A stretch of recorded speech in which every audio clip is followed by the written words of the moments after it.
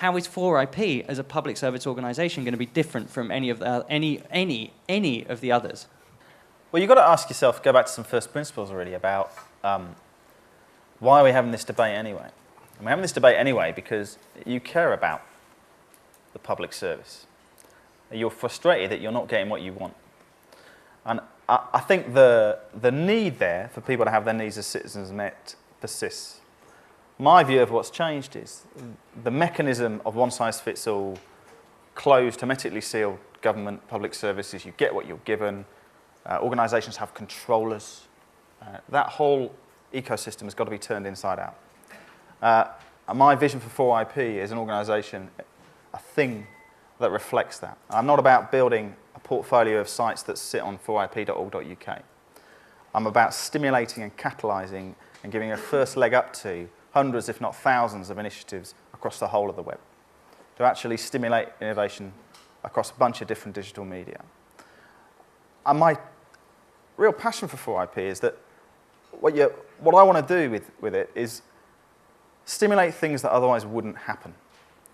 I'd like to pay people like you to do that kind of thing. Not very much, but just to see. I mean, if you go back to Channel 4's history, Channel 4 created a whole industry in the UK that's worth billions, far more than people realised when it kicked off. And it did so by stimulating investment, finding talent outside of London, giving them their first break, giving them a bit of training, a bit of support, and letting them go. And often they went and made programmes for the BBC. That was cool for Channel 4. I'm not about corralling in and keeping things within a four-light rule. I want to stimulate and let go.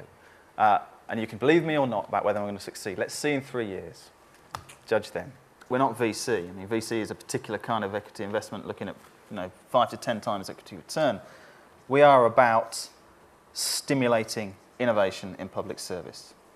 And in most cases, in the vast majority of cases, my expectation that will be project-based funding. Fundamentally, backing people with ideas and seeing where they go with it. We will not be backing people for years and years on end. We will be making some tough decisions about when we give up on them.